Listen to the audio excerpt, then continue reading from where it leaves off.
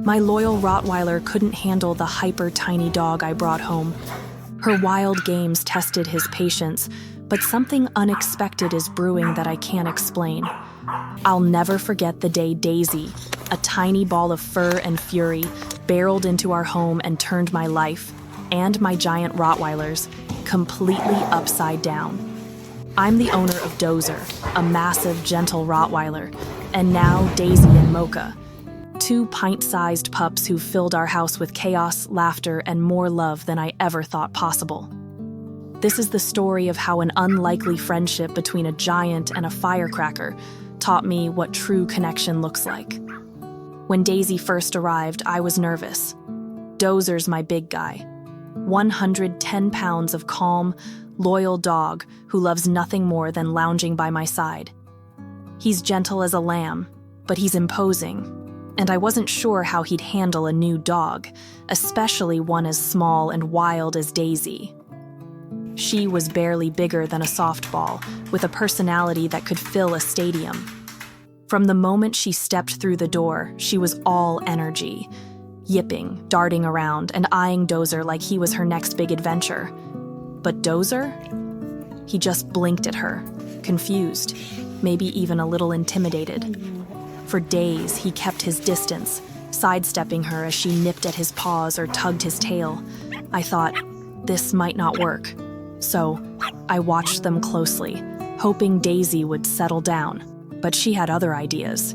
She was relentless, barking and chasing Dozer like she was on a mission to crack his cool exterior. One day, something shifted. Dozer was trotting away from her as usual when he glanced back and saw her tiny legs pumping to catch up. I swear I saw a spark in his eyes, like he remembered what it was like to be a puppy. So he slowed down, gave a playful bound, and suddenly they were racing around the yard together, tumbling and playing like old friends. My heart swelled watching them. From that day on, they were inseparable. Daisy was small, but she ruled the roost. She'd grab a toy and growl if Dozer got too close, refusing to share. He could have taken it in a second. He's 10 times her size. But he'd just sit there, patient as a saint, waiting for her to relent. It was like he knew how fragile she was, and he handled her with this tenderness that brought tears to my eyes.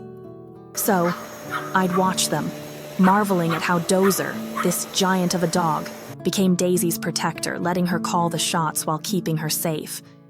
But Daisy wasn't just bold, she was clever.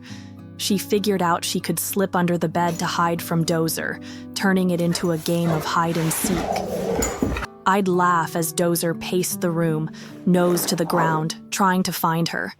He'd hear a rustle, poke his head under the bed, and there she'd be, eyes gleaming with mischief. So, he'd play along, pretending he couldn't see her until she'd burst out, ready to wrestle. Those moments were pure joy, watching them invent their own fun and bring the house to life. People always ask me, is your house really that fun all the time? Honestly, half the time, it's Daisy's doing. She's a whirlwind of energy, and nothing gets her going like the red food bowl. It's just a plain kitchen bowl, but to her, it's the holy grail. The second I pull it out, she's jumping, spinning in circles, acting like it's the best thing in the world. I'd stand there grinning while Dozer wagged his tail, probably wondering what the fuss was about. But that's Daisy. She finds magic in the smallest things, and it's contagious. As much as Dozer loved her, I started to notice he couldn't always keep up. Daisy's got this endless spark, ready to play for hours, while Dozer's more of a, let's nap in the sun kind of dog. I'd see him try to match her energy, but his big frame wasn't built for marathon chase sessions. So I started thinking, what if Daisy had a playmate her size? That's when we brought Mocha home, a little dog with just as much zip as Daisy. I was worried at first, would Daisy still need Dozer? Would Mocha fit in? But the second Daisy saw Mocha, it was love at first sight. They took off like they'd been best friends forever, chasing each other, play fighting, and tearing through the house and yard. I'd sit on the porch watching them go at it for hours, while Dozer sprawled out nearby, looking like a proud big brother. Daisy had her match, and I could see Dozer relax, knowing she had someone to keep up with her. But Daisy never forgot her first friend. She'd still drag Dozer into their games, making sure he was part of the fun. Living with these three is like running a circus. Daisy and Mocha will zoom through the living room, knocking over cushions, while Dozer lumbers behind, playing referee. It's chaotic, but it's warm, you know? It's not just noise, it's love. Daisy's not big on cuddles. She's too busy plotting her next move. But when she leans against Dozer or glances at him with those bright eyes, it's her way of saying, "You're my guy." And Dozer, he just soaks it up, happy to be her rock. Sometimes I step back and think about how different they are. Dozer's this hulking, steady presence, while Daisy's a tiny firecracker, fearless and full of spunk. Mocha's her little shadow, matching her move for move. They shouldn't work together, not on paper, but they do. They're proof that friendship doesn't care about size or style. It's about showing up, playing hard, and having each other's backs. Daisy brought out Dozer's playful side, and he gives her a safe place to be her wild self. Mocha just makes it all twice as fun. Every day with them teaches me something.